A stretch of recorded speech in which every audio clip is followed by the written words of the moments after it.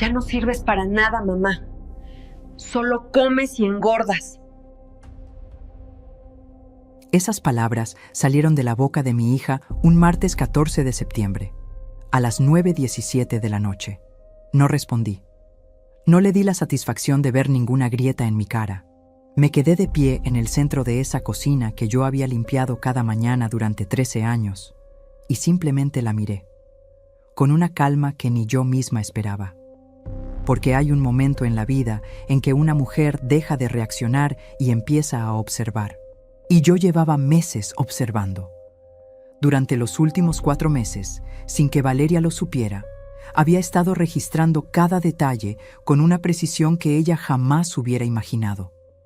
Y esa noche, mientras me miraba a los ojos esperando una respuesta, yo ya sabía exactamente lo que iban a hacer. Lo que mi hija no sabía esa noche es que minutos después, antes de que yo cruzara esa puerta por última vez, pondría en sus manos un sobre que yo había preparado con mucho cuidado. Y lo que había adentro haría que su mundo entero, ese mundo que yo había sostenido sobre mis hombros durante 13 años, empezara a desmoronarse sin que ella pudiera hacer nada para detenerlo. Pero antes de llegar a eso, necesito que me conozcas.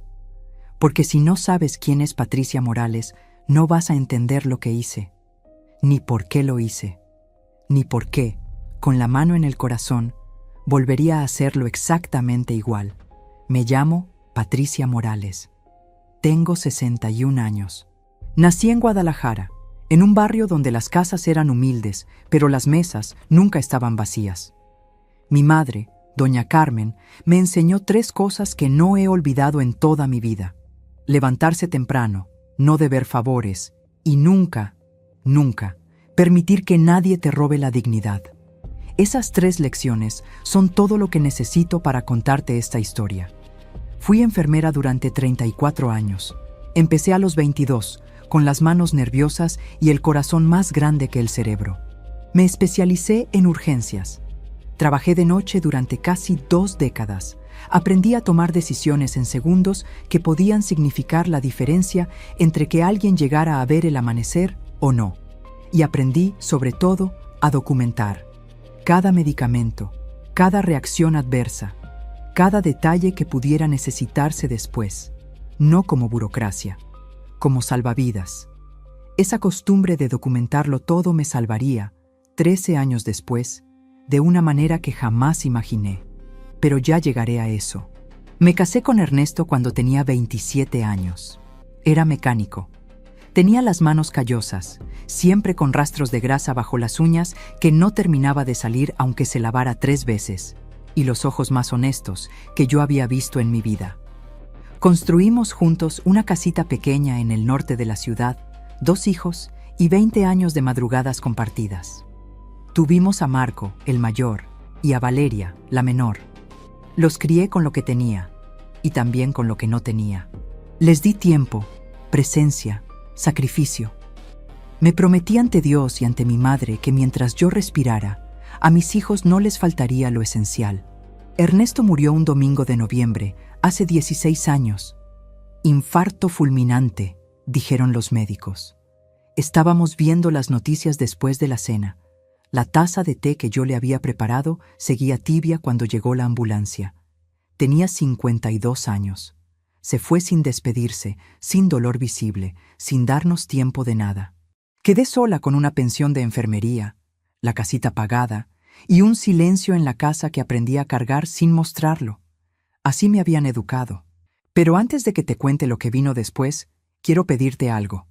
Si estás viendo este video y todavía no te has suscrito al canal, hazlo ahora. Te cuesta 2 segundos, y a mí me ayuda más de lo que imaginas. Deja también tu like. Y dime en los comentarios desde dónde del mundo me estás escuchando. Desde México, desde Colombia, desde Venezuela, desde España, desde Estados Unidos. De verdad quiero saber hasta qué rincón ha llegado esta historia. Saber que no estoy sola en esto. Bien, entonces, sigamos. 3 años después de que Ernesto murió, a las 8:46 de una mañana de lunes, recibí una llamada de Valeria. Guardé ese número. Todavía lo tengo. Mamá, nos está costando mucho con los niños. Rodrigo y yo los dos trabajamos, y ellos son chicos todavía. ¿Te vendrías a vivir aquí un tiempo? Solo hasta que se estabilice la situación. Solo un tiempo. Esas 2 palabras. Me mudé el 3 de febrero. Llegué con 2 maletas, una cajita con las fotos de Ernesto y la certeza de que hacía lo correcto. El departamento olía a café recién hecho y a detergente de lavanda. La luz de esa mañana entraba horizontal por las ventanas grandes del comedor y hacía brillar el piso como si lo hubieran pulido para recibirme. Valeria me abrazó en la puerta. Sus brazos olían al perfume que ella siempre usaba, ese de flores blancas que yo misma le había regalado años antes. Los niños, Sofía y Damián, corrieron descalzos por el pasillo a saludarme. El piso estaba frío bajo sus pies, pero ellos no parecían sentirlo. Yo sentí, en ese instante, que estaba en el lugar correcto. Lo que no vi entonces, lo que ninguna madre alcanza a ver cuando quiere demasiado, eran los primeros hilos de algo que con los años se iría apretando alrededor de mí sin que yo lo notara. Me levantaba a las 5:45 cada mañana. El frío del piso de cerámica me despertaba más rápido que el despertador.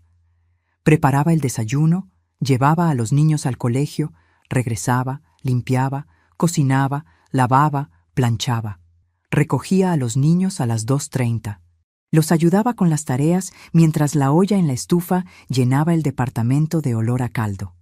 Preparaba la cena, y cuando Valeria y Rodrigo llegaban por las noches, agotados, encontraban todo en orden, todo funcionando, y además de mi trabajo, pagaba. El gas, el internet, la mitad del supermercado, los medicamentos cuando los niños se enfermaban, los útiles escolares, los regalos de cumpleaños, la primera comunión de Sofía, 13 años de contribuciones constantes que nadie contabilizó jamás, nadie excepto yo, porque soy enfermera, y en 34 años aprendí que los detalles importan, que los registros salvan y que la memoria sola no es suficiente. Para el martes 14 de septiembre, había juntado más de 400 páginas de comprobantes, transferencias, recibos y anotaciones propias. No sabía entonces para qué los necesitaría. Solo sabía que debía guardarlos. Y cuando Valeria me miró a los ojos esa noche y dijo lo que dijo, entendí, con una claridad que casi me sorprendió, que había llegado el momento de usarlos. ¿Qué había dentro de ese sobre que dejé sobre la mesa? Eso lo sabrás. Pero primero necesitas entender qué pasó durante esos 13 años, las señales que ignoré, las veces que elegí quedarme cuando debí haberme ido, y el papel de Rodrigo, su esposo, en todo esto, porque la historia que voy a contarte no tiene un solo personaje oscuro. Tiene varios, y el peor de todos no era quien yo creía. Rodrigo, ese nombre. Voy a pedirte que lo recuerdes bien, que lo escribas si hace falta, que no lo dejes ir. Cuando me mudé al departamento de Valeria ese 3 de febrero, Rodrigo Fuentes ya llevaba 6 años casado con mi hija, supervisor de ventas en una distribuidora de materiales de construcción, hombre de corbata los jueves y los viernes, cuando tenía juntas con los clientes grandes.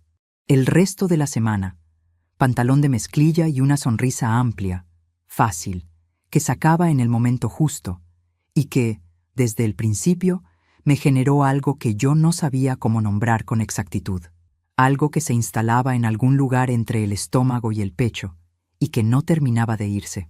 No era desconfianza. Era más parecido a esa sensación que uno tiene en los pasillos de un hospital cuando escucha pasos que no encajan con el ritmo del lugar. Algo fuera de tono. Algo que el cuerpo registra antes de que la mente lo procese.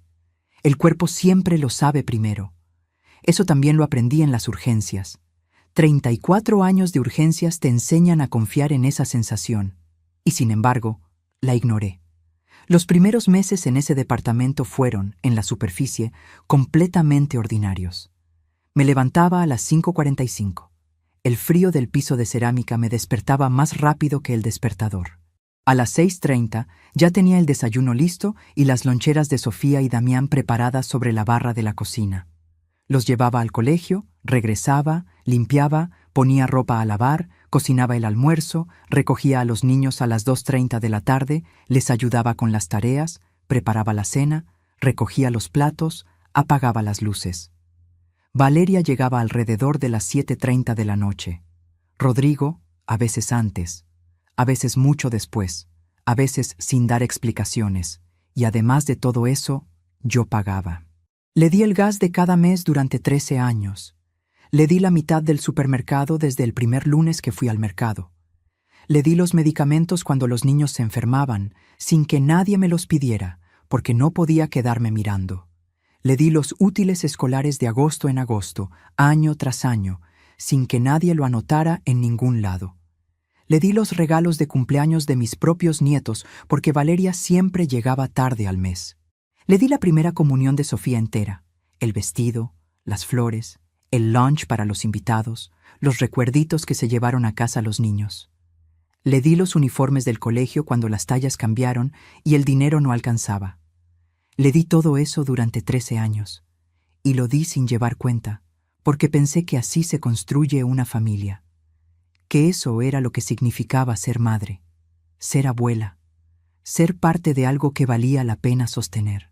Pero me equivocaba en algo fundamental. Dar sin registro no es generosidad, es ingenuidad. Eso lo entendí demasiado tarde. Lo que yo no sabía entonces era que Rodrigo llevaba meses trabajando en algo que yo tardé demasiado en ver, construyendo algo en silencio, con la paciencia de quien sabe que no necesita apurarse. Y quiero contarte cuándo empecé a sospecharlo, porque fue en un momento tan pequeño que cualquiera lo habría descartado. Cualquiera que no hubiera pasado 34 años aprendiendo a leer lo que nadie dice en voz alta. Era un miércoles de mayo, a la 1:37 de la tarde. Yo estaba en la cocina terminando el almuerzo. Pollo en salsa de jitomate, arroz rojo, frijoles de la olla. El olor a cilantro fresco que yo había picado esa mañana todavía flotaba en el aire. Tenía las manos ocupadas, la atención puesta en el fuego, cuando escuché la puerta de mi cuarto abrirse. Me quedé quieta un momento. Los niños estaban en el colegio. Valeria, en el trabajo. Fui al pasillo con la cuchara en la mano y el corazón latiendo un poco más despacio de lo normal, de esa manera en que el cuerpo contiene la respiración antes de confirmar algo. Rodrigo estaba saliendo de mi habitación.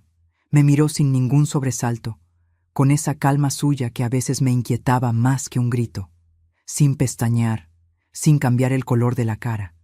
Me dijo, buscaba unas tijeras, suegra, y siguió hacia la sala como si nada, como si yo no estuviera ahí, como si mi cuarto fuera un espacio de tránsito más en esa casa. No respondí. Las tijeras llevaban 6 años en el cajón de la cocina. Él lo sabía perfectamente. Entré a mi cuarto. Todo parecía en su lugar. La cama bien tendida, las cortinas como las había dejado, la luz del pasillo filtrándose igual que siempre. Pero la cajita de madera donde yo guardo los documentos importantes, la que fue de mi madre, la que cargué en la maleta cuando me mudé porque no podía dejarla atrás, estaba unos centímetros más hacia el borde de la mesita de noche de lo que yo la había dejado esa mañana. Puede sonar exagerado, puede parecer que lo estoy inventando, puede parecer que una señora mayor confunde las cosas del lugar, pero 34 años de urgencias te enseñan que los detalles no mienten. Solo las personas lo hacen. Esa tarde fui a la papelería de la esquina, la misma donde compraba los cuadernos de los niños, y compré una libreta de tapa negra. Volví a casa caminando despacio. Me senté a la mesa del comedor con una pluma que funcionaba bien. Escribí la fecha, escribí la hora, escribí exactamente lo que había visto, palabra por palabra, sin adornos y sin omisiones. No supe en ese momento para qué lo hacía. Solo supe que debía hacerlo, que algo en mí exigía que quedara constancia. Esa fue la primera entrada de una libreta que llegaría a tener 142 páginas escritas. Pero guarda eso en mente, porque voy a necesitar que lo recuerdes más adelante. Lo que pasó 6 semanas después me hizo bajar la guardia de una manera que todavía hoy me cuesta perdonarme. Me cuesta porque yo debí saberlo.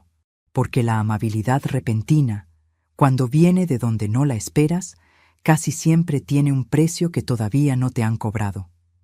Era un jueves por la tarde.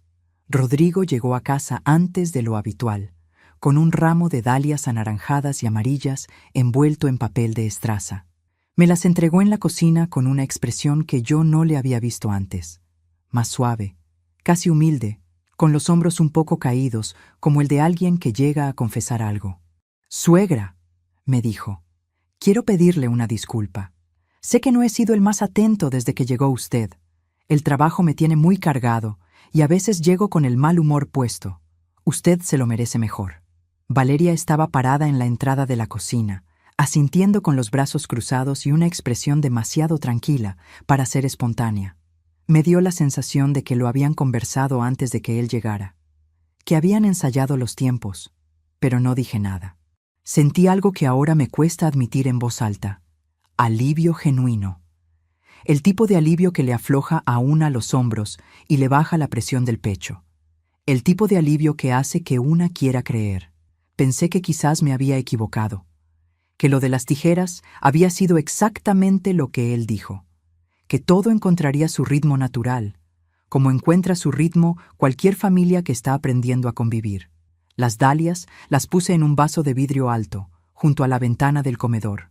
Esa noche cenamos juntos los 4, con Sofía y Damián también en la mesa, y Rodrigo contó un chiste sobre un albañil y un arquitecto que hizo reír a los niños hasta que Damián escupió el refresco.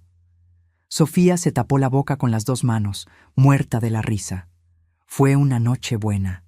De esas noches que uno guarda en un cajón de la memoria porque brillan un poco más que las demás, porque en ellas uno cree, aunque sea por unas horas, que las cosas pueden ser simples. Fue la última noche de ese tipo en mucho tiempo. 15 días después, el 20 de julio, a las 9:08 de la noche, escuché las llaves de Rodrigo golpear con fuerza el mueble de la entrada. El sonido fue brusco, como algo lanzado, no apoyado. Los pasos que siguieron eran distintos a los habituales, más duros, más deliberados, con el peso de alguien que ya tomó una decisión antes de cruzar la puerta. Antes de que yo pudiera asomar desde la cocina, escuché su voz dirigiéndose al cuarto de Valeria. «¿Ya le dijiste a tu mamá lo del dinero?» Silencio. «Valeria, ¿ya le dijiste o no?» 2 minutos después, mi hija entró a la cocina con una expresión que no era completamente suya, como una cara que alguien más le había puesto esa tarde y que ella todavía no había terminado de acomodarse bien. «Mamá, Rodrigo dice que este mes vamos muy ajustados. Necesitamos que no pagues el gas ni el internet por los próximos 2 meses. Nos ponemos al corriente contigo en cuanto pase el gasto». Tomé el trapo de cocina. Lo doblé con cuidado, esquina con esquina. Lo puse sobre la barra. «Está bien», dije.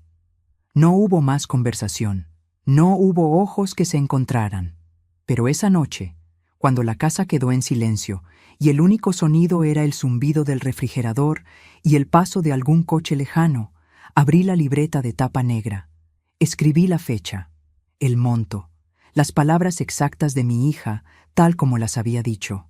Y después escribí, casi sin pensarlo, una pregunta que no iba dirigida a nadie en particular. ¿Quién decide en esta casa? 900 pesos al mes, gas e internet. Nunca me los regresaron. Ni ese mes, ni el siguiente, ni en los 12 años y 10 meses que vinieron después. Ese fue el primer monto que nunca regresó.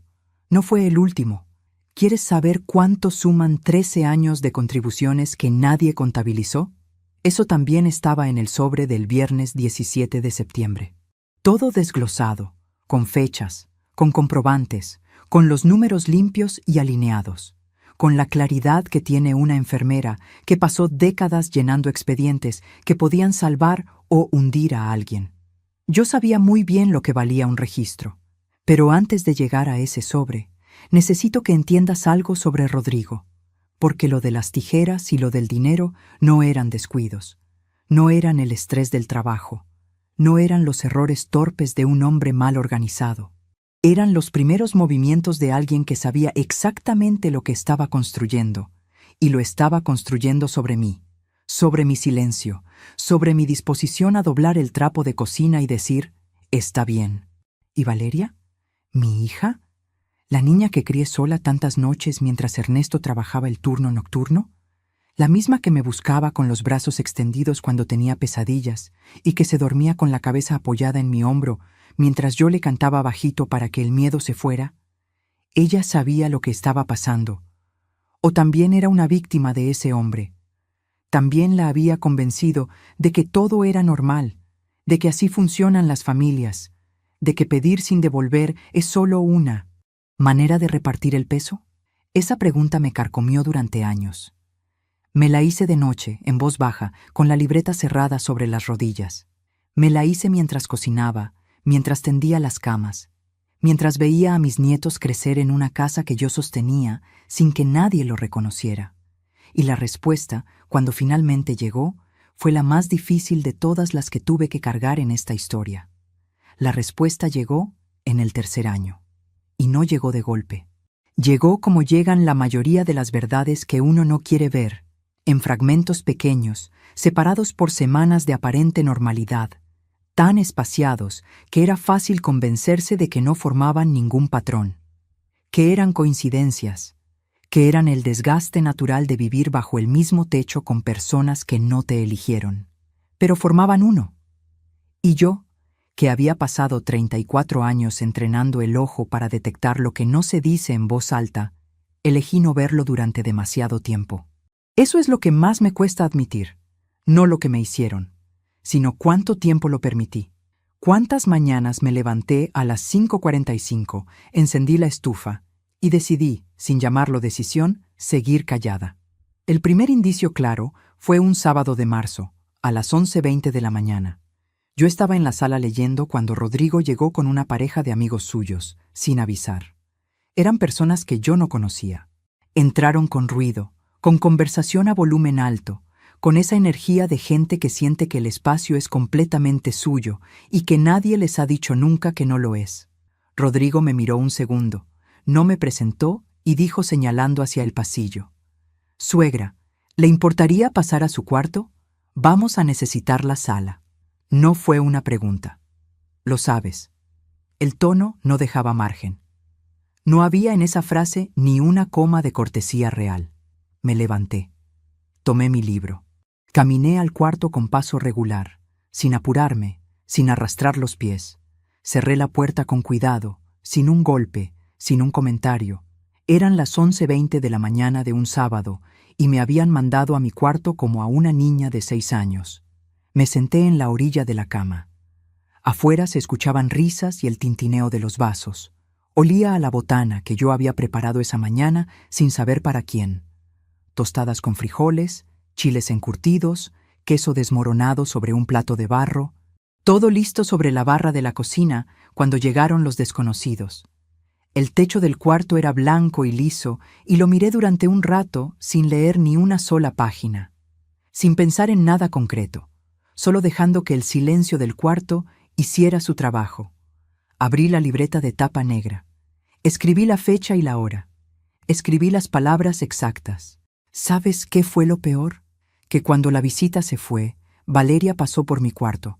Asomó la cabeza con esa manera suya de no terminar de entrar a ningún lado y me dijo con una sonrisa incómoda: «No te vayas a molestar, mamá.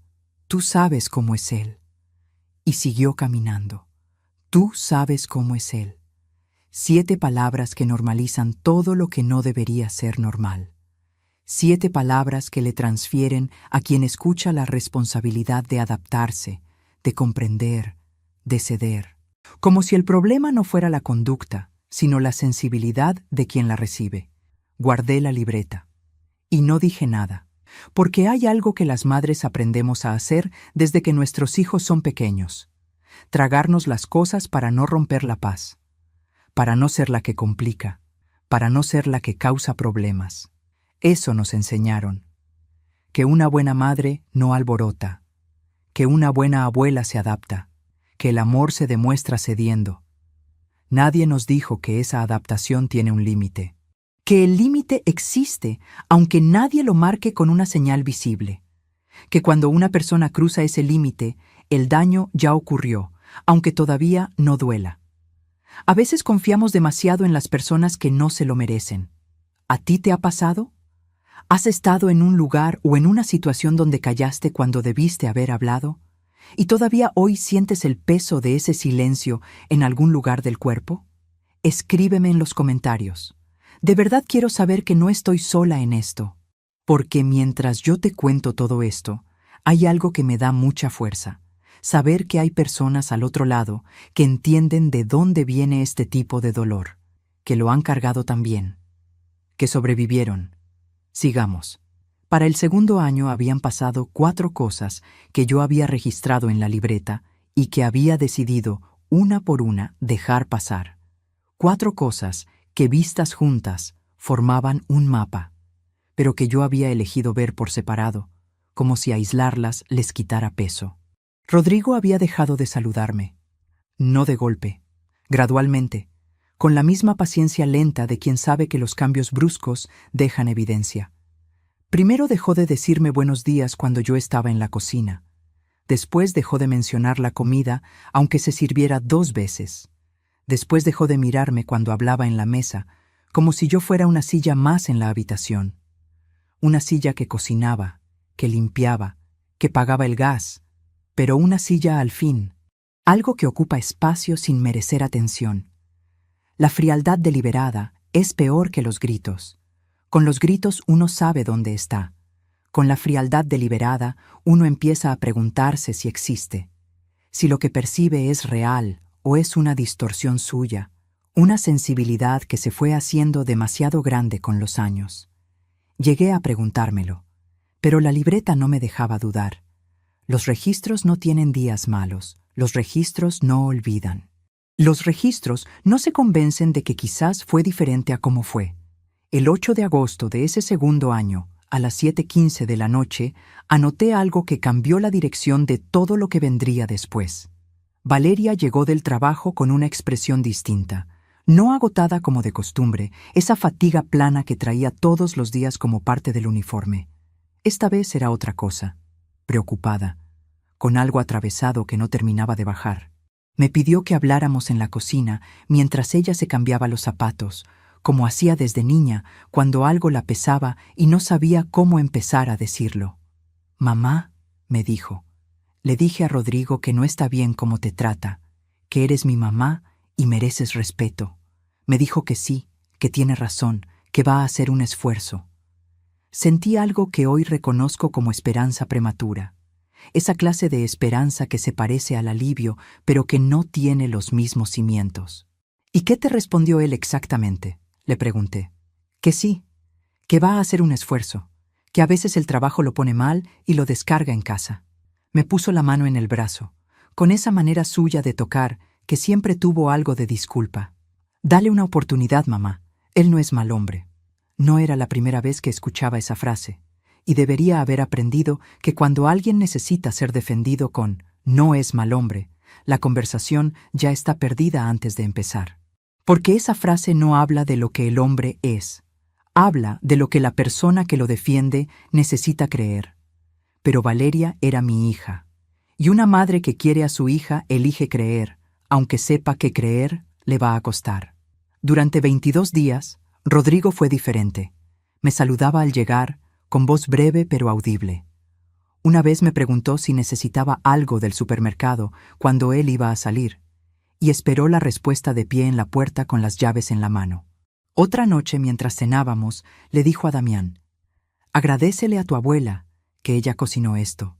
Damián me miró con sus ojos de 7 años y dijo: «Gracias, abuelita», con esa voz todavía de niño pequeño que se me quedó grabada en el pecho, justo ahí, donde uno guarda las cosas que no sabe si va a poder volver a escuchar. 22 días.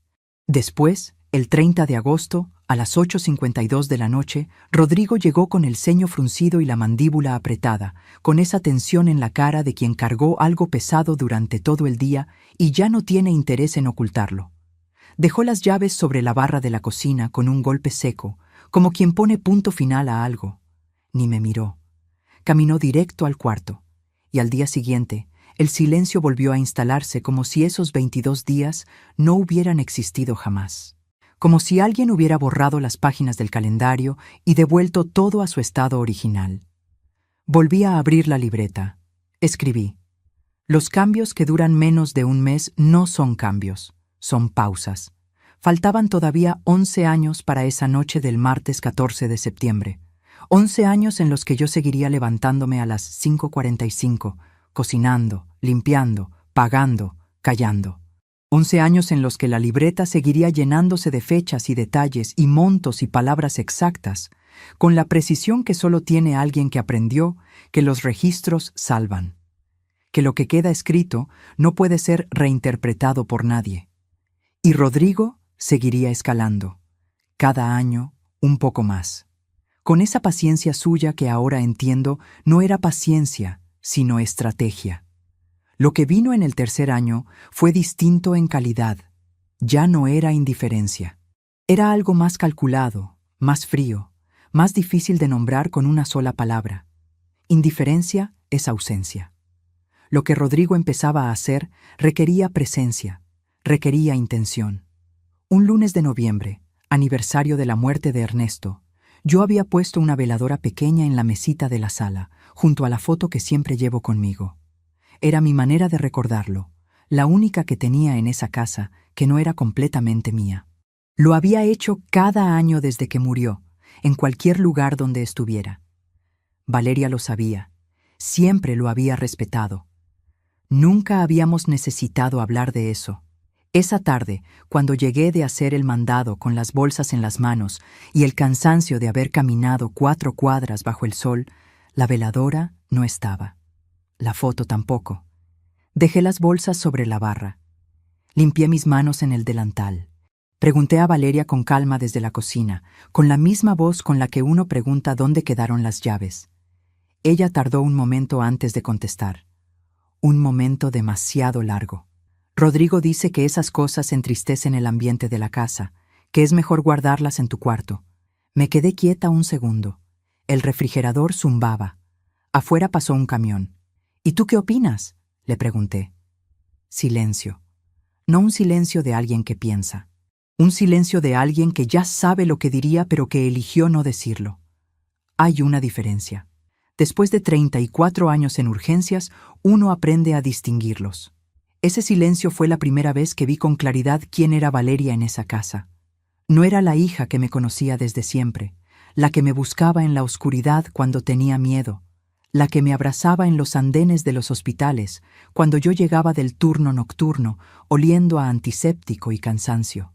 Era una mujer que había aprendido a no tener opinión sobre las cosas que a Rodrigo no le convenían, que había cambiado su propia voz por un silencio que le resultaba más seguro. Fui a mi cuarto. Puse la foto de Ernesto sobre mi mesita de noche, en el mismo lugar donde siempre había estado, mirando hacia la ventana como si todavía pudiera ver algo afuera. Encendí la veladora. Cerré la puerta.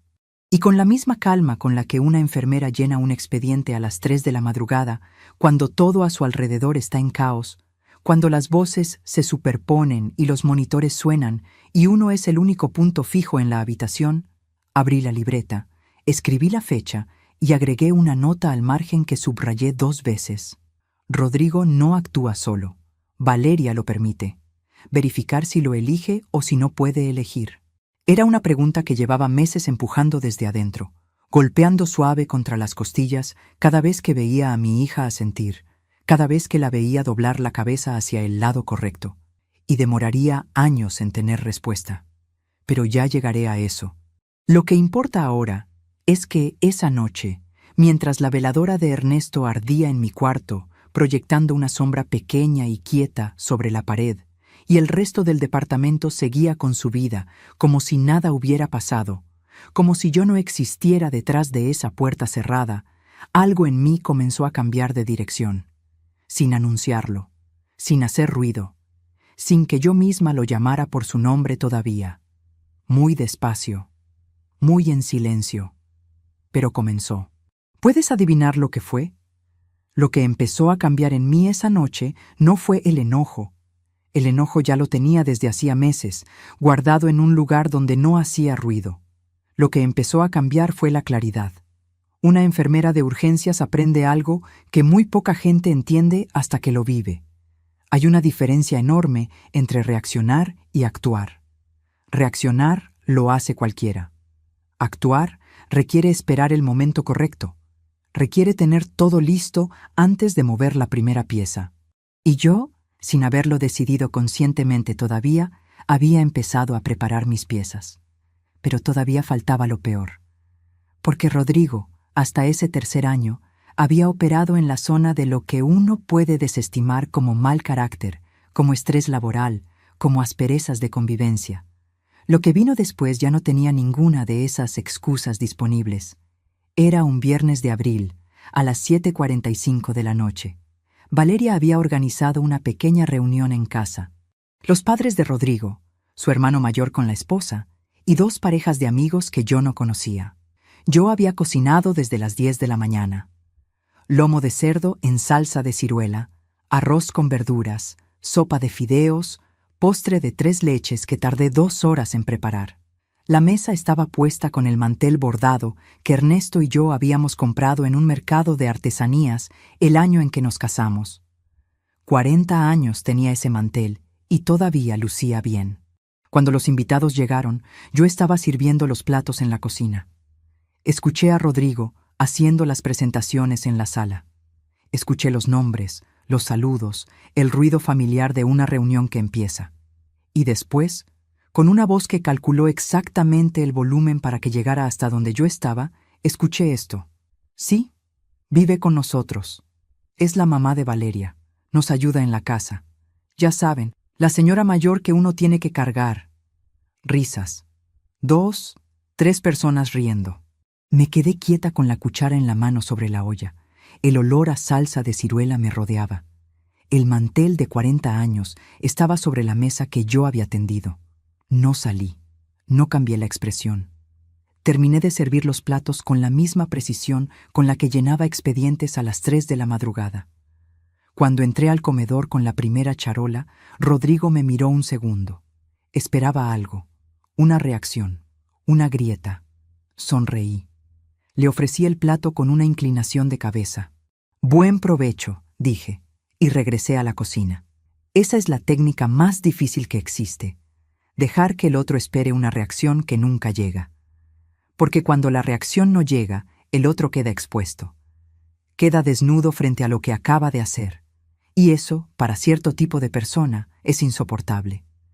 Esa noche, cuando los invitados se fueron y la casa quedó en silencio, me encerré en mi cuarto. Me senté en la orilla de la cama. El mantel ya estaba doblado en el cajón otra vez. Las ollas, lavadas. Los trastes, en su lugar. Todo recogido por mí, como siempre. Y entonces, sí, cuando nadie podía verme. Cuando la puerta estaba cerrada y el único testigo era la foto de Ernesto sobre la mesita de noche, me permití sentir lo que no había dejado salir en toda la noche. No fue llanto. Fue algo más profundo que el llanto y más silencioso.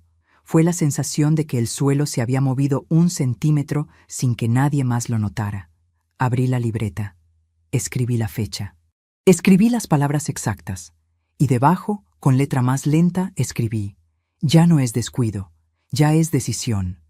Le di la vuelta a la página y seguí escribiendo. 3 días después, Valeria entró a la cocina mientras yo preparaba el desayuno.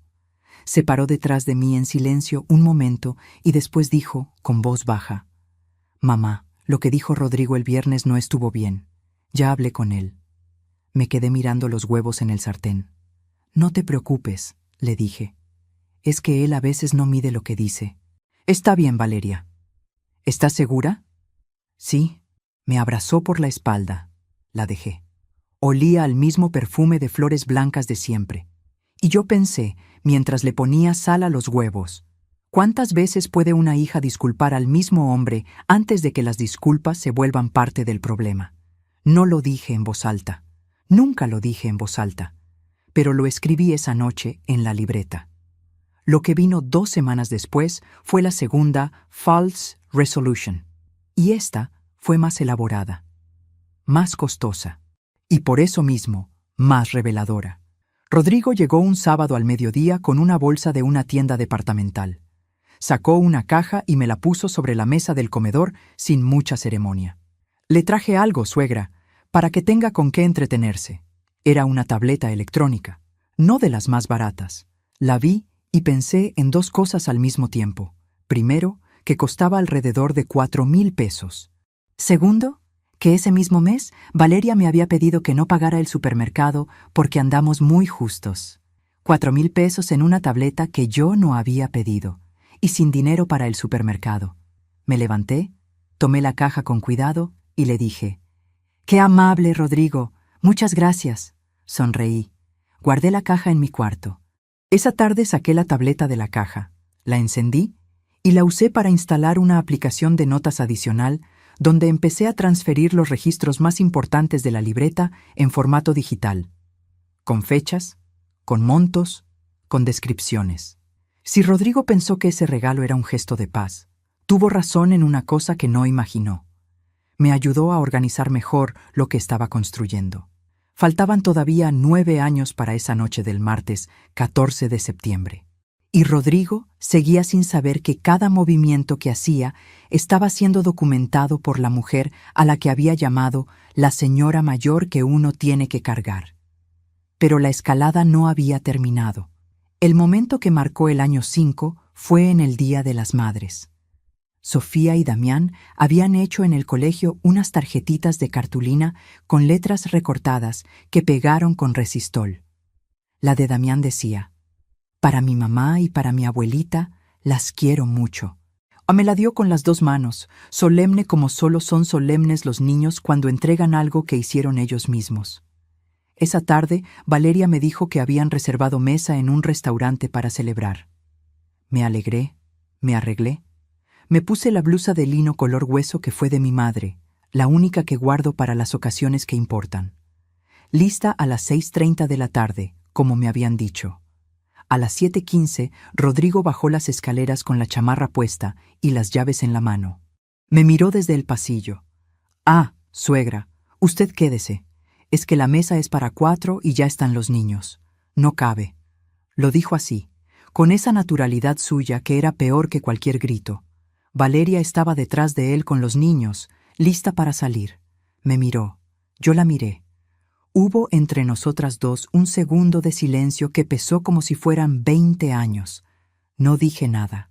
«Hay comida en la estufa», me dijo Valeria, en voz baja, sin terminar de verme a los ojos. Y salieron. Me quedé de pie en el pasillo, con la blusa de lino de mi madre puesta, sola en el Día de las Madres en la casa donde yo cocinaba, limpiaba y pagaba desde hacía 5 años. Fui a la cocina. Calenté lo que había en la estufa. Me senté a la mesa. Comí despacio, sin apuro, con la espalda recta como me enseñó mi madre. Afuera la calle tenía ese ruido de domingo festivo, risas desde otras ventanas, motores de autos de familias que volvían de celebrar. Mi madre me enseñó que la dignidad no depende de que alguien te la reconozca. La dignidad es lo que queda cuando te quitan todo lo demás. Esa noche, con los platos ya lavados y la casa en silencio, abrí la libreta de tapa negra. Escribí la fecha. Escribí lo que había pasado con cada detalle. Y en el margen derecho, con letra apretada, escribí algo que no había escrito antes en ninguna página anterior. Ya es suficiente. Averiguar opciones. No era todavía una decisión. Era algo anterior a una decisión. Era la semilla de una. Y las semillas, cuando una enfermera las planta, crecen con método. La semilla tardó 3 años más en crecer. No porque yo fuera lenta, sino porque la vida dentro de esa casa tenía una manera muy particular de anestesiar. Cada día se parecía tanto al anterior que era fácil confundir la repetición con la estabilidad. Me levantaba, cocinaba, limpiaba, pagaba, callaba. Los niños crecían. La libreta se llenaba. Y yo seguía diciéndome que en algún momento las cosas cambiarían solas, que Rodrigo maduraría, que Valeria encontraría su voz. Eso es lo que hacemos las madres cuando amamos demasiado. Sustituimos la evidencia con la esperanza. Pero llegó un miércoles de agosto, a las 10:23 de la mañana, que hizo que esa esperanza se rompiera de una manera que no tuvo reparación posible. Ese miércoles, Valeria y Rodrigo estaban en el trabajo, los niños en el colegio. Yo había terminado de tender las camas y estaba a punto de bajar a preparar el almuerzo cuando escuché el teléfono de la casa sonar en la sala. Contesté como siempre. Era el hermano de Rodrigo, Gustavo. Una voz que yo conocía de las reuniones familiares, siempre afable, siempre con una broma lista. Cuando escuchó mi voz, se quedó un segundo en silencio. «Ah, doña Patricia. Pensé que no había nadie. Buscaba a Rodrigo». «Está en el trabajo», le dije. «¿Le dejo algún recado?» «No, no». «Ya lo llamo al celular». «Gracias, doña». Y colgó. 5 minutos después, mientras yo bajaba las escaleras, escuché el celular de Rodrigo sonar en la cocina. Lo había olvidado sobre la barra esa mañana. La pantalla se iluminó con el nombre de Gustavo y se apagó. Y entonces, sin que yo lo buscara, sin que yo tuviera ninguna intención de espiar, llegó un mensaje de texto que quedó visible en la pantalla antes de que se oscureciera. La vieja contestó el fijo. «Ten cuidado con lo que dejas a la vista. ¿Ya firmó algo de la casa?» Me quedé de pie en la cocina. El teléfono ya estaba apagado. El olor a café frío llenaba el espacio. Afuera, un perro ladraba en la calle con esa insistencia de los perros que ladran a algo que nadie más ve. La casa de Guadalajara. Mi casa. La casita que Ernesto y yo compramos con 20 años de ahorro. La que pagué sola los últimos 15. La que tenía escriturada a mi nombre desde 1987. ¿Ya firmó algo de la casa? Me senté en una de las sillas de la cocina. Las piernas no me fallaron, pero les di la oportunidad de hacerlo. Respiré con la misma técnica que enseñaba a los familiares de los pacientes en urgencias cuando las noticias eran difíciles. Lento adentro, más lento afuera, sostener 2 segundos. Y entonces entendí, con una claridad que me atravesó de arriba a abajo como agua fría, que todo había sido calculado desde antes de que yo llegara. La llamada de Valeria, 3 años después de que Ernesto murió. «Vente un tiempo, mamá, solo hasta que se estabilice la situación». El cuarto soleado que Rodrigo me mostró en la puerta. La sonrisa de Rodrigo ese primer día.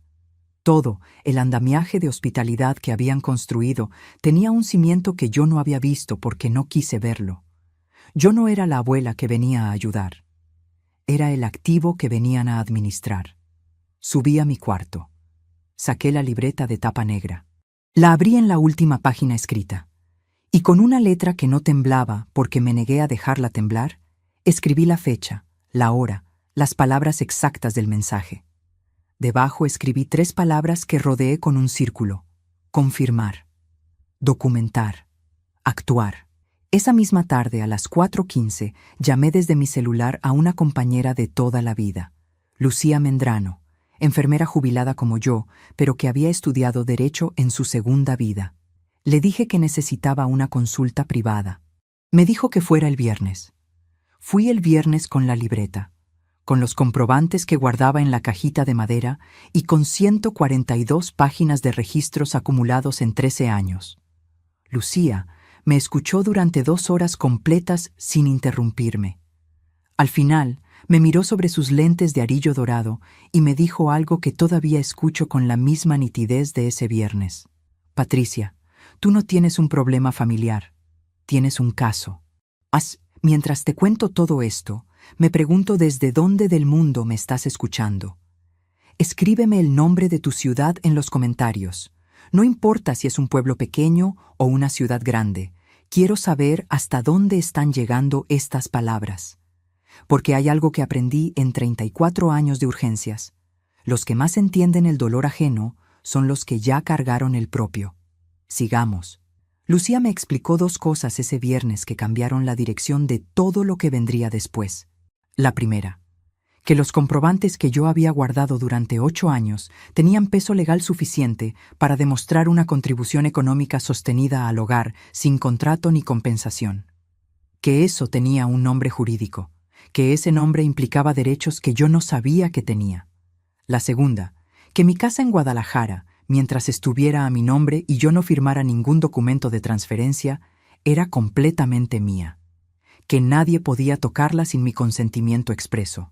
Que si alguien me había estado presionando para firmar algo, eso también tenía un nombre jurídico. Salí del despacho de Lucía a las 7:30 de la noche. El aire de agosto estaba tibio y olía a lluvia reciente, a pasto mojado y a ese perfume de tierra húmeda que en Guadalajara llaman el olor a petricor, y que desde niña me ha dado una sensación inexplicable de que algo va a empezar. Algo iba a empezar. Los siguientes meses fueron los más difíciles en términos de control, porque yo sabía lo que sabía, y tenía que seguir viviendo en esa casa como si no lo supiera. Tenía que seguir sirviendo el desayuno, recogiendo a los niños, pagando el gas, respondiendo con una sonrisa cuando Rodrigo me ignoraba en la mesa. Tenía que contener todo eso dentro de un cuerpo que ya no quería contenerlo. Pero 34 años de urgencias te preparan para exactamente eso, para funcionar con precisión cuando todo lo que sientes quiere funcionar al revés. En esos meses, Rodrigo hizo 2 intentos de que yo firmara documentos. El primero fue en octubre, cuando me presentó un papel que describió como un trámite del seguro de la casa, que necesitaba mi firma como residente. Lo leí completo, 2 veces, mientras él esperaba con una pluma extendida. Era una autorización de representación notarial para gestiones relacionadas con bienes inmuebles a nombre de residentes del domicilio. Le devolví el papel sin firmarlo. No entendí bien los términos, le dije con una sonrisa tranquila. Lo reviso con calma y te aviso. Nunca lo revisé con él. Lo fotografié y se lo envié a Lucía esa misma noche. El segundo intento fue en diciembre, envuelto en papel de regalo y presentado como un favor administrativo durante la cena de Navidad delante de los niños para que el contexto festivo bajara mis defensas. Tampoco firmé. Para entonces, Lucía y yo ya teníamos un plan, y el plan tenía fecha. Solo faltaban 5 meses para el martes 14 de septiembre, y en esos 5 meses yo haría algo que Rodrigo, con todo su cálculo, con toda su planificación de años, jamás consideró posible. Porque hay algo que cierto tipo de hombre nunca aprende a calcular bien: la paciencia de una mujer que ya decidió.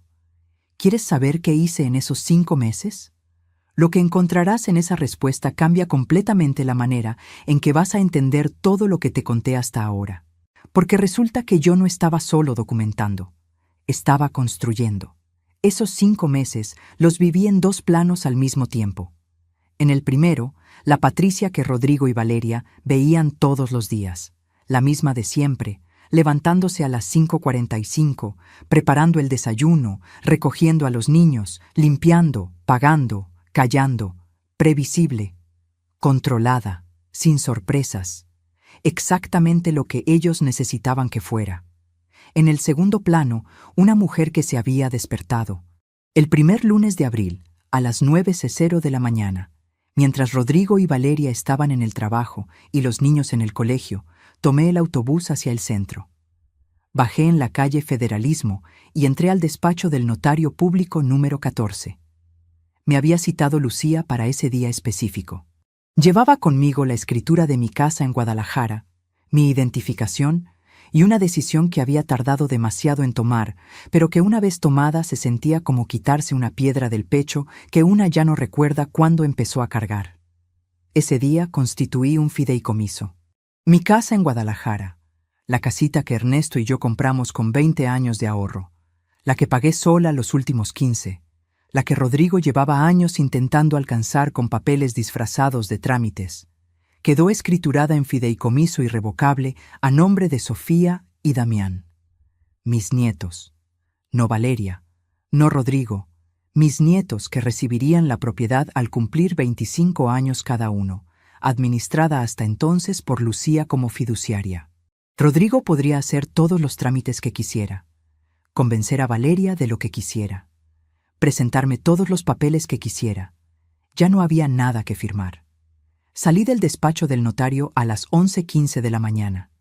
El sol de abril en Guadalajara tiene una calidad particular, más blanco que dorado, más claro que cálido. Me lo quedé viendo un momento desde la banqueta.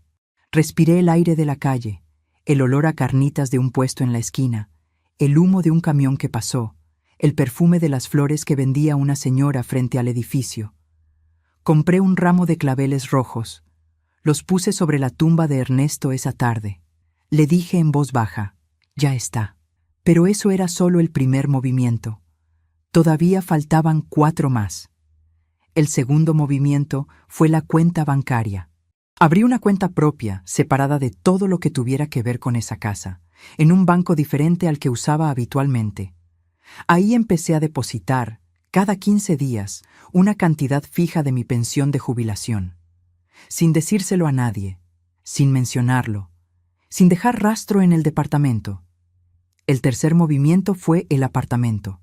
A través de Lucía, contacté a una señora de su confianza que rentaba un departamento pequeño en la colonia americana.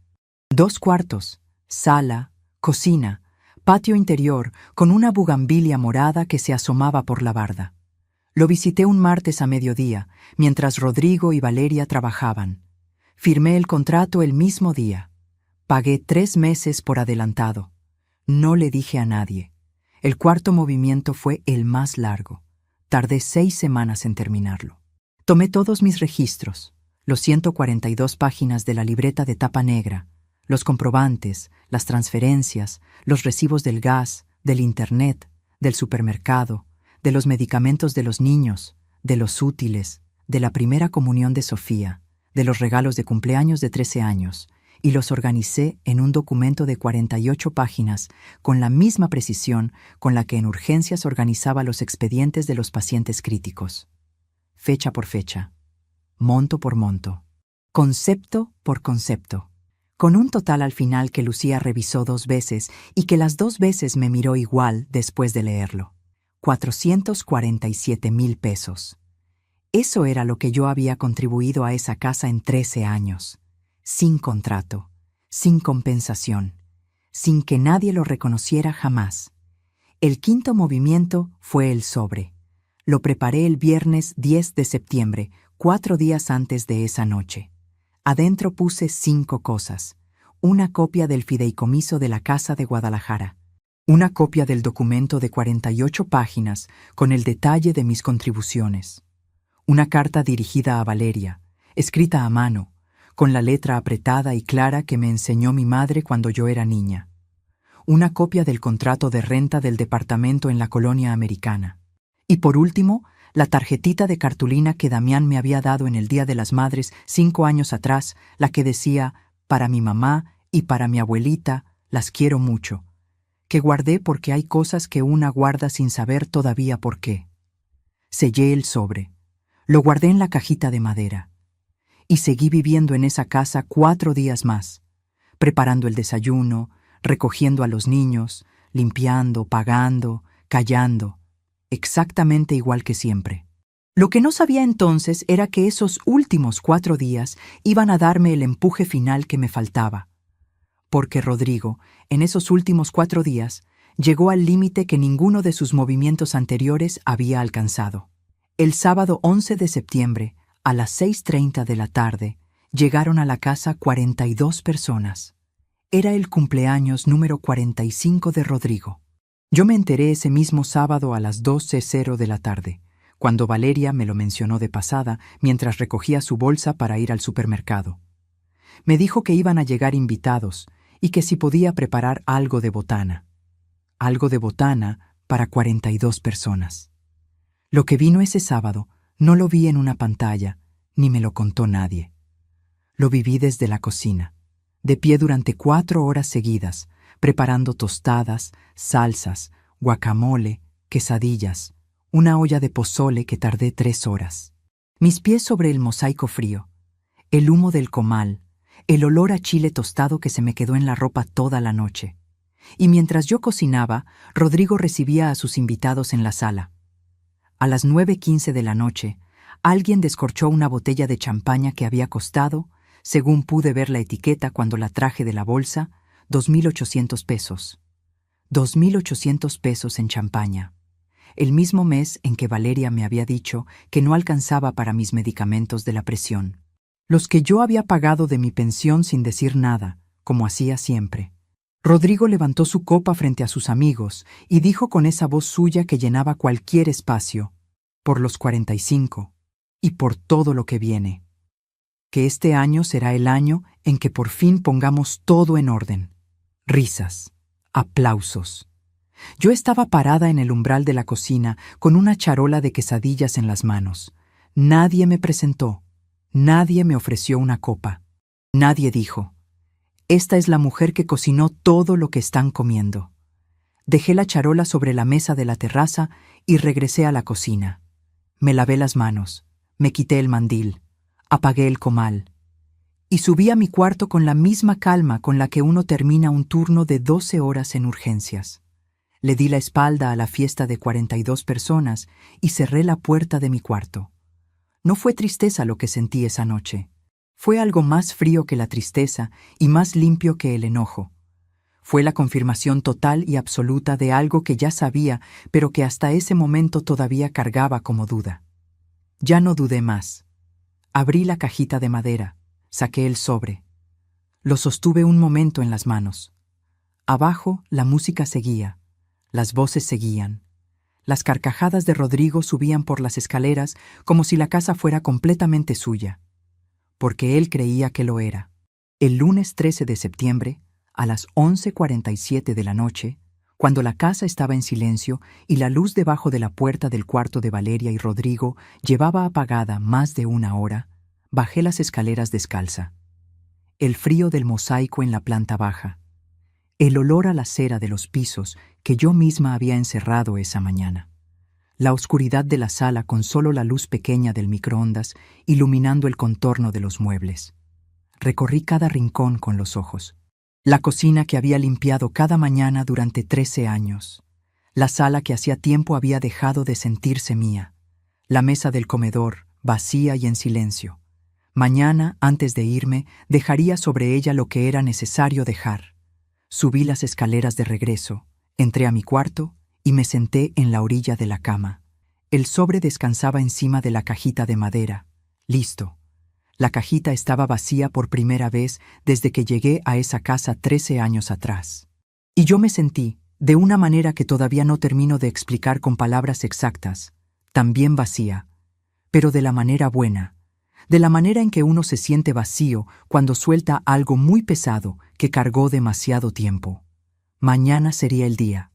Saqué las 2 maletas del closet, las puse sobre la cama. Le di la vuelta a la foto de Ernesto sobre la mesita de noche y le dije en voz baja: ya voy para allá. No a donde estás tú, a donde debo estar yo. Y empecé a doblar la primera camisa. El martes 14 de septiembre amaneció completamente normal.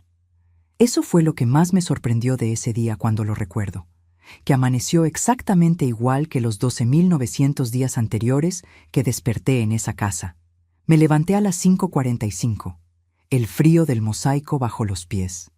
El silencio de una casa que todavía duerme. Bajé a la cocina, encendí la estufa, puse el agua a calentar. Preparé el desayuno de siempre: huevos a la mexicana, frijoles, tortillas recién calentadas en el comal. Puse las loncheras de Sofía y Damián sobre la barra. Puse la mesa para 4 personas. Me serví un café y me lo tomé de pie, mirando por la ventana del fregadero. La miré por última vez, consciente de que era la última vez. Cuando Valeria bajó a las 7:10, me encontró terminando de lavar los trastes. Me dijo buenos días sin levantar la vista del teléfono. Rodrigo pasó por la cocina, tomó su café sin decir nada y escuché la puerta principal cerrarse detrás de él a las 7:48. Los niños salieron al colegio a las 7:55. La casa quedó en silencio otra vez, con el olor a café tostado y tortilla caliente flotando en el aire de la mañana, como si nada estuviera a punto de cambiar. Subí a mi cuarto. Mis 2 maletas estaban dentro del closet, cerradas desde la noche anterior. La cajita de madera estaba en la primera maleta, envuelta en la blusa de lino de mi madre para que no se golpeara. Todo lo que importaba de mis 13 años en esa casa cabía en 2 maletas y una cajita de madera. El resto eran objetos que nunca habían sido míos. Me senté en la orilla de la cama y esperé. No tenía nada más que hacer en esa casa. Todo estaba cocinado, limpiado, en orden. Todo en orden gracias a mí, como siempre. Así que esperé con la paciencia de alguien que ya sabe exactamente lo que va a pasar y solo necesita que el reloj lo confirme. A las 9:17 de la noche, Valeria entró a la cocina. Ya sabes lo que dijo. Te lo conté al inicio, cuando empecé esta historia. Y ya sabes lo que no respondí, lo que no hice, la manera en que la miré sin mover un músculo de la cara y me sequé las manos con el trapo bordado de flores azules. Lo que todavía no te conté es lo que pasó después de ese silencio. Subí las escaleras por última vez. Entré al cuarto. Tomé las 2 maletas del closet y las puse junto a la puerta. Miré el cuarto un momento. La cama hecha con la misma precisión de siempre, la mesita de noche vacía, el closet abierto y limpio, sin nada adentro. 13 años reducidos a un cuarto vacío que mañana Valeria ordenaría como si yo nunca hubiera existido dentro de él. Bajé las escaleras con las 2 maletas. Las ruedas hacían un sonido pequeño y constante sobre el mosaico, como un reloj que por fin marca la hora que llevaba años esperando. Valeria estaba en la sala. Me vio con las maletas y se quedó quieta. Su expresión fue, en ese segundo, la de alguien que escucha un sonido que no esperaba y todavía no entiende de dónde viene. «¿Qué estás haciendo?», dijo. No respondí. Puse las maletas junto a la puerta principal. Fui al cuarto por última vez. Tomé el sobre que había dejado listo encima de la cajita de madera y se lo puse en las manos sin decir una sola palabra. Después, tomé mis maletas, abrí la puerta principal y salí. No miré atrás. La noche de septiembre estaba tibia. Olía a lluvia reciente y a tierra mojada y a ese perfume que desde niña me da la sensación de que algo nuevo está comenzando. El taxi que había reservado esa tarde llegó en 4 minutos. El conductor me ayudó con las maletas sin preguntar nada, con esa discreción de las personas que reconocen cuando alguien necesita silencio. Me senté en el asiento trasero y miré por la ventana mientras la calle donde había vivido 13 años se alejaba, se hacía más pequeña y desaparecía en la oscuridad como si siempre hubiera sido temporal. Llegué al departamento de la colonia americana a las 10:41 de la noche. Las llaves estaban bajo el tapete en un sobre, como había quedado con Lucía. Abrí la puerta. El departamento olía a pintura nueva y a lavanda seca en un vasito de barro que alguien había dejado sobre la barra. La bugambilia del patio interior se asomaba por la ventana de la sala, solo su silueta oscura contra el cielo de septiembre. Puse las maletas en el cuarto. Me senté en el piso porque todavía no había muebles, solo el catre que había traído Lucía con una cobija doblada encima. Y entonces sí, sola, en silencio, sin que nadie pudiera verme. Me permití llorar, no de tristeza. Que quede claro eso. Lloré de la manera que solo tiene el cuerpo cuando suelta a algo que cargó demasiado tiempo. Como cuando se termina una guardia de 24 horas y uno llega a casa y el cuerpo finalmente se permite sentir el cansancio que contuvo todo el tiempo. Así lloré. Con alivio mezclado con dolor, mezclado con algo que tardé en reconocer como libertad. Dormí 5 horas seguidas. Las primeras 5 horas de sueño continuo que recordaba en años. A las 8:22 de la mañana del miércoles 15 llegó el primer mensaje de Valeria. «Mamá, ¿dónde estás? Tenemos que hablar». No respondí. A las 9:48, otro. «Mamá, leí el sobre. Necesito que me expliques». No respondí. A las 11:33, uno más. Y este ya no era de Valeria. «Suegra, todo lo que puso en ese sobre no tiene ningún efecto legal. Son solo papeles. Si quiere podemos sentarnos a hablar y llegar a un acuerdo razonable. Rodrigo». Tomé el teléfono, leí el mensaje 2 veces, lo dejé boca abajo sobre el catre y fui a prepararme un café. Porque a las 11:33 del miércoles 15 de septiembre, Rodrigo todavía creía que estaba negociando. Todavía creía que yo era la misma mujer que durante 13 años había cedido sin condiciones cada vez que alguien le pusiera un papel enfrente o le bajara la voz. Todavía no sabía lo que llegaría en 48 horas. El jueves 16 pasó en un silencio que del otro lado, yo sabía, no era silencio en absoluto. Valeria mandó 4 mensajes más. Rodrigo mandó 2.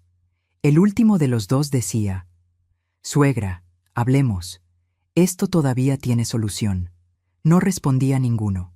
El viernes 17 de septiembre, a las 6:52 de la tarde, exactamente 72 horas después de que salí de esa casa, Lucía me llamó. «Ya llegó», dijo solamente. Me quedé un momento con el teléfono en la mano. Afuera, la bugambilia del patio se movía con el viento de la tarde. El olor a tierra húmeda otra vez. Ese olor que siempre llega cuando algo importante está cambiando. ¿Cómo reaccionaron?, le pregunté. Lucía hizo una pausa breve. Rodrigo llamó al despacho hace media hora, me dijo. Primero negó que el documento tuviera validez. Después levantó la voz. Después preguntó si había alguna manera de revertirlo. ¿Y le dijiste? Le dije que consultara a su propio abogado. Colgué. Me senté en la silla de madera pintada de verde que había comprado esa mañana en el mercado de segunda mano por 80 pesos. Una silla con el respaldo un poco torcido, que me pareció la más cómoda en la que me había sentado en mucho tiempo. Sofía y Damián eran los dueños de una casa. Y Rodrigo acababa de entender que todo lo que había construido durante años sobre la paciencia de una mujer que creyó inofensiva se había derrumbado en 3 días sin que él pudiera hacer nada para detenerlo. Pero lo que todavía no sabía, lo que todavía Valeria no había terminado de procesar, era lo que contenía la carta escrita a mano que estaba al fondo del sobre, la de mi letra apretada y clara que aprendí de mi madre. Esa carta era la que cambiaría todo de una manera que ninguno de los dos esperaba, porque en esa carta yo no hablaba de fideicomisos, ni de montos, ni de documentos legales. En esa carta yo le hablaba a mi hija. El sábado 18 de septiembre, a las 10:09 de la mañana, alguien tocó la puerta del departamento. No era un toque de duda, ni de cortesía. Era el toque de alguien que lleva días ensayando si llamar o no llamar, y finalmente decidió que no puede seguir sin hacerlo. Supe que era Valeria antes de abrir. Me tomé un momento. Me serví el último sorbo del café que estaba terminando. Me limpié las manos en el trapo de cocina. Caminé hacia la puerta descalza sobre el piso de mosaico nuevo, que todavía olía a recién pulido, y abrí. Valeria tenía los ojos hinchados de varios días de llanto mal dormido.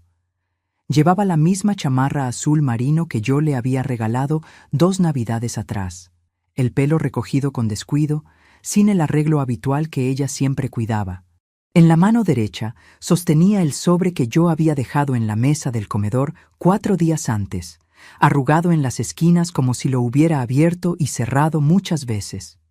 No dije nada. Ella tampoco dijo nada por un momento. Solo me miró. Y en esa mirada había algo que yo conocía bien porque lo había visto muchas veces en los pasillos del hospital. La expresión de alguien que acaba de entender algo que no puede desentender. ¿Puedo pasar?, dijo por fin, con una voz que era la mitad de la que yo recordaba. Me hice a un lado. Entró al departamento pequeño.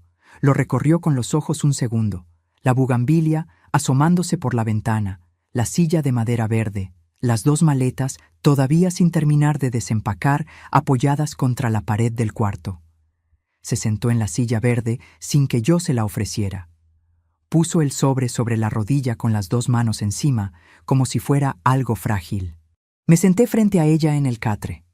El silencio entre nosotras duró lo que dura un silencio que tiene 43 años de historia adentro. Leí todo, dijo finalmente. Ya sé. El fideicomiso. Pausa. Los 447,000 pesos. Otra pausa. La carta. No dije nada. La dejé encontrar sus palabras sola, con el tiempo que necesitara, porque eso también lo aprendes en urgencias. Hay momentos en que la mejor medicina es el silencio. La carta es la que no puedo dejar de leer, dijo, y sus manos apretaron el sobre un poco más. Quiero que sepas lo que decía esa carta, porque la carta es el centro de todo. Es lo que ningún fideicomiso ni ningún documento de 48 páginas podía decir por sí solo. La escribí en 2 horas, un jueves de agosto, sentada en la cocina de esa casa a las 6 de la mañana mientras todos dormían. La escribí a mano con la pluma azul que fue de mi madre, la misma con la que ella firmó los papeles de mi escuela cuando yo tenía 6 años. La escribí sin borradores, de una sola vez, porque cuando uno finalmente decide decir la verdad, no necesita ensayarla. Le decía a Valeria que yo no la culpaba de la misma manera en que culpaba a Rodrigo, que entendía la diferencia entre una mujer que elige el silencio y una mujer a la que le enseñaron que el silencio es lo que se espera de ella. que yo misma había cometido ese error durante demasiados años. Le decía que durante 13 años no le cobré nada, no porque no pudiera, sino porque creí que el amor no necesita facturas, que hoy seguía creyendo eso, y que por eso, a pesar de tener 447,000 pesos documentados con fechas y comprobantes, no había iniciado ninguna reclamación legal, que el documento existía, que Lucía lo tenía, pero que yo había elegido no usarlo. Le decía que el fideicomiso no era un castigo.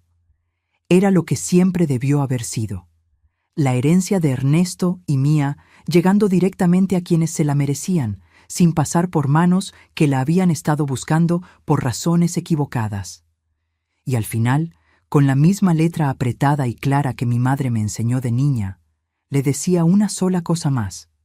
Le decía que la quería, que la había querido desde antes de que naciera, desde que la sentí moverse por primera vez una madrugada de febrero con olor a lluvia, y que la seguiría queriendo aunque eso le doliera a ella o le doliera a mí.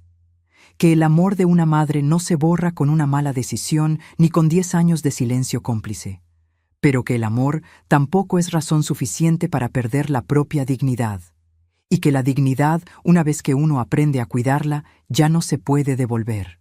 Valeria lloró cuando terminé de contarle lo que decía la carta. Lloró de esa manera en que lloran las personas cuando lo que sienten es demasiado grande para el cuerpo y tiene que salir por donde pueda. La dejé llorar sin interrumpirla, sin decirle que se calmara, sin ofrecerle palabras que todavía no tenían lugar. Afuera, la bugambilia se movía con el viento de la mañana. El departamento olía a café y a flores y a pintura nueva. El sol de septiembre entraba horizontal por la ventana del patio y dibujaba un rectángulo de luz sobre el piso de mosaico que se fue moviendo despacio mientras nosotras estuvimos sentadas ahí. Cuando Valeria pudo hablar, dijo algo que yo no esperaba. «Mamá, Rodrigo habló con su abogado el viernes». La miré. «Dice que el fideicomiso es irrevocable, que no hay nada que hacer». Hizo una pausa. «Y dice que si tú quisieras, con los comprobantes que tienes, podrías demandarlo». «Lo sé», dije. «¿Por qué no lo hiciste?» «Antes de responderte eso, necesito preguntarte algo. Porque hay una decisión que tomé en ese momento, sentada frente a mi hija en ese departamento pequeño, con la bugambilia asomándose por la ventana, que todavía hoy me pregunto si estuvo bien. Y quiero saber qué piensas tú. ¿Tú qué hubieras hecho en mi lugar? ¿Hubieras demandado? ¿Hubieras exigido esos 447,000 pesos? ¿O hubieras hecho lo que yo hice? Escríbemelo en los comentarios. De verdad quiero saberlo.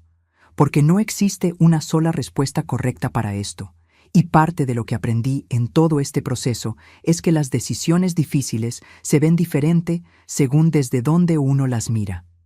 Ahora te respondo. No lo demandé porque ya tengo lo que necesito, le dije a Valeria.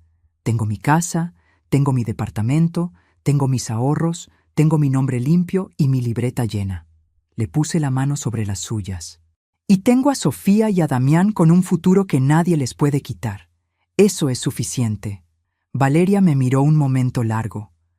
No es suficiente para lo que te hizo, dijo en voz muy baja. No, reconocí, pero es suficiente para mí. Esa distinción importa. Que quede clara, hay cosas que no se pagan con dinero ni con sentencias.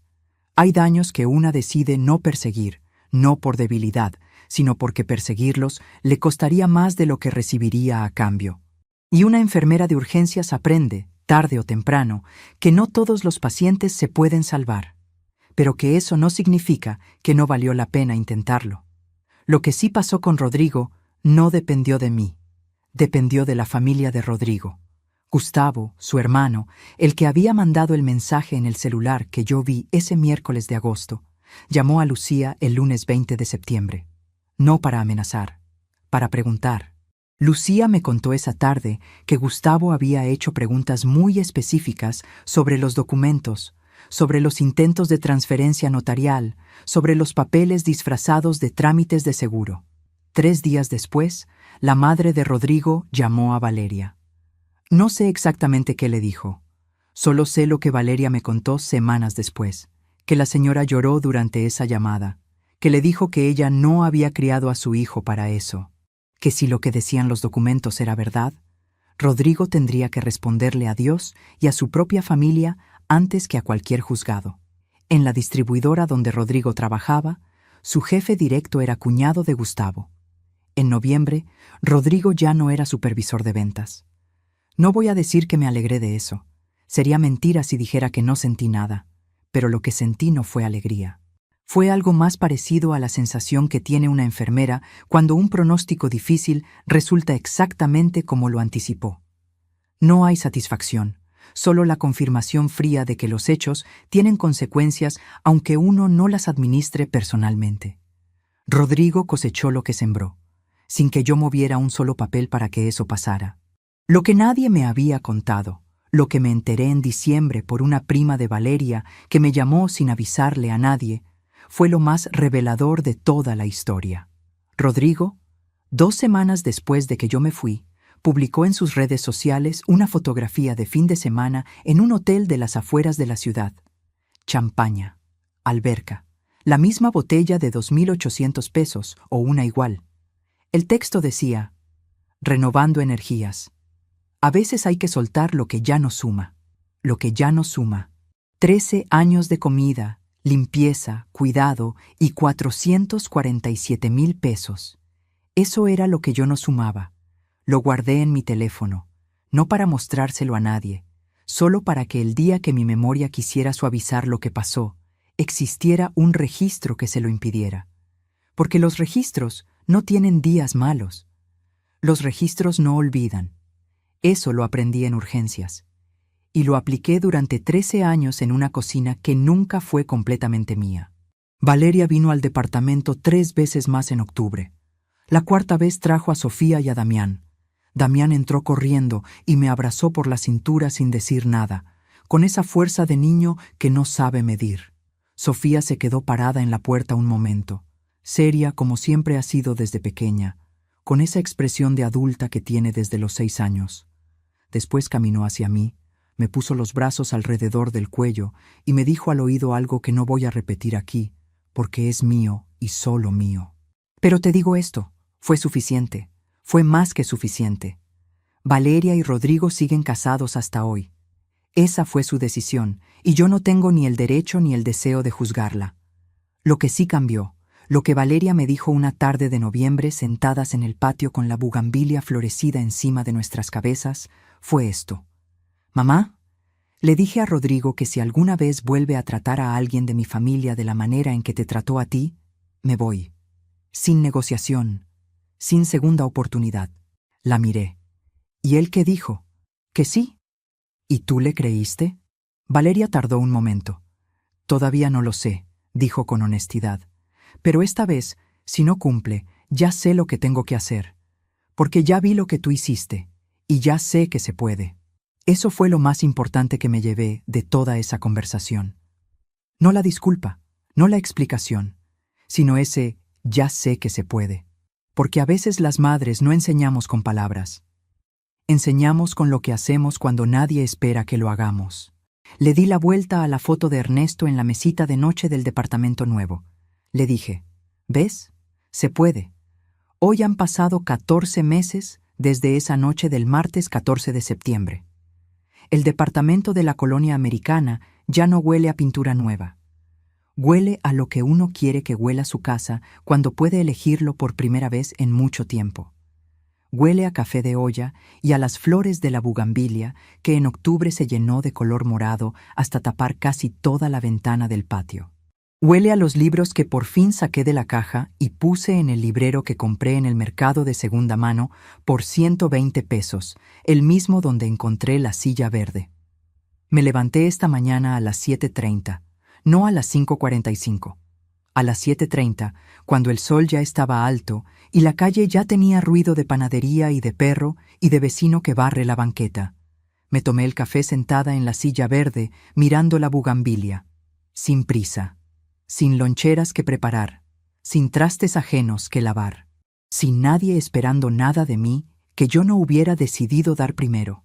Ese silencio de las mañanas libres, tardé semanas en aprender a habitarlo sin sentir culpa, porque las mujeres de mi generación aprendimos que el descanso hay que ganárselo, que estar quieta es sinónimo de ser floja, que una madre que no está sirviendo algo a alguien en todo momento es una madre que está fallando en algo. Mentira. Todo eso, mentira. El descanso no se gana, el descanso se merece. Y lo merece cualquier persona que haya dado con honestidad, sin importar si alguien se lo reconoció o no. Eso tardé 61 años en aprenderlo, y lo aprendí en un departamento pequeño, con una bugambilia y una silla torcida y 2 maletas sin terminar de desempacar. Sofía y Damián vienen cada 15 días. Los sábados por la tarde, a veces con Valeria, a veces solos cuando Valeria los deja en el taxi, y ellos suben corriendo las escaleras y tocan con los 2 puños como si tuvieran prisa de llegar, aunque ya estén aquí. Les preparo lo que me piden. Sofía pide sopa de fideos. Damián pide quesadillas de flor de calabaza porque las probó una vez y decidió que son su comida favorita del mundo. Me siento con ellos en la mesa y comemos sin prisa, y hablamos de cosas de niños que yo escucho con más atención de la que ellos creen. Hace 3 semanas, Damián me preguntó, con la boca todavía llena de quesadilla, si yo era feliz en ese departamento. Le dije que sí. Me miró con esa seriedad suya de niño que piensa antes de hablar y me dijo, «Bien, porque aquí sí huele a ti, abuelita». No supe qué responderle. Solo le puse más quesadillas en el plato. Pero eso que me dijo me quedó dando vueltas varios días, que la casa donde viví 13 años no olía a mí, y que él, con 10 años y la boca llena, lo había notado antes que yo. Los niños ven lo que los adultos aprendemos a ignorar. Ahora quiero contarte algo que no te conté antes, algo que estaba en ese sobre que dejé en la mesa del comedor, dentro de la carta escrita a mano. Algo que no mencioné cuando te conté lo que decía la carta, porque necesitaba que llegaras hasta aquí para entender por qué lo guardé para el final. Adentro del sobre, junto con la carta, puse una fotografía. Era una foto pequeña, un poco amarillenta por los años, tomada en el Hospital General de Guadalajara en algún momento de 1990. En la foto, yo tengo 29 años, el uniforme blanco de enfermera, el pelo recogido. Y en mi regazo, dormida con la mejilla apoyada en mi pecho, está Valeria. Tendrá 3 años. Ese día, Ernesto había tenido que llevarla al hospital porque yo no podía salir del turno, y en algún momento, entre un paciente y otro, Valeria se quedó dormida encima de mí en la sala de descanso. Alguien nos tomó la foto. No sé quién. No sé cuándo llegó a mis manos, pero la guardé durante más de 30 años porque hay imágenes que uno guarda sin saber todavía para qué las va a necesitar. Al reverso de esa fotografía, con la misma pluma azul que fue de mi madre, escribí 4 palabras. Siempre fuiste mi mejor trabajo. Eso fue lo que Valeria no pudo dejar de leer. No el fideicomiso. No los 447,000 pesos. No los documentos de 48 páginas. 4 palabras escritas al reverso de una foto de 30 años. Porque al final, después de todo lo que pasó, después de los registros y los comprobantes y la libreta de tapa negra y el notario público número 14, lo que más importaba no era lo que yo había documentado. Era lo que yo había sentido, y eso también lo supe documentar. Si hay algo que me llevé de estos 13 años, y lo digo sin amargura porque la amargura es un peso que ya no estoy dispuesta a cargar, es esto, que el amor verdadero no te pide que desaparezcas para demostrar que existe, que una familia de verdad no se mide por la sangre, sino por el respeto que se tienen los unos a los otros en los momentos en que nadie está mirando. Y que la dignidad, esa que mi madre me enseñó en una casa humilde donde las mesas nunca estaban vacías, no es algo que nadie puede quitarte si tú no se los permites primero. Me la quisieron quitar, y yo se los permití durante demasiado tiempo. Eso es verdad, eso también lo cargo. Pero hay una diferencia entre cargar un error y quedarse debajo de él para siempre. Uno lo recoge, lo examina, aprende lo que tiene que enseñar y sigue caminando. Yo sigo caminando. Esta mañana, Antes de sentarme con el café frente a la bugambilia, pasé por la habitación y le di los buenos días a la foto de Ernesto sobre la mesita de noche, como cada mañana desde que llegué a este departamento. Le conté que Damián ya perdió el primer diente de abajo, que Sofía ganó un concurso de lectura en el colegio, que la bugambilia este año creció más que el año pasado.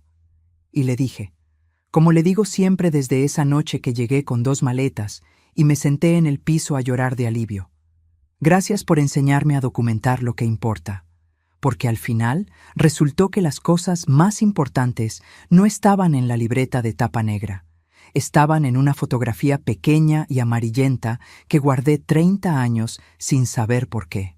Esa noche del martes 14 de septiembre, mi hija me dijo que ya no servía para nada, que solo comía y engordaba. Hoy, 14 meses después, entiendo que tenía razón en algo. Ya no sirvo para callar cuando debo hablar. Ya no sirvo para aguantar lo que no merezco. Ya no sirvo para hacerme pequeña en los espacios donde debería poder crecer. Ya no sirvo para dar sin que me importe lo que me cuesta.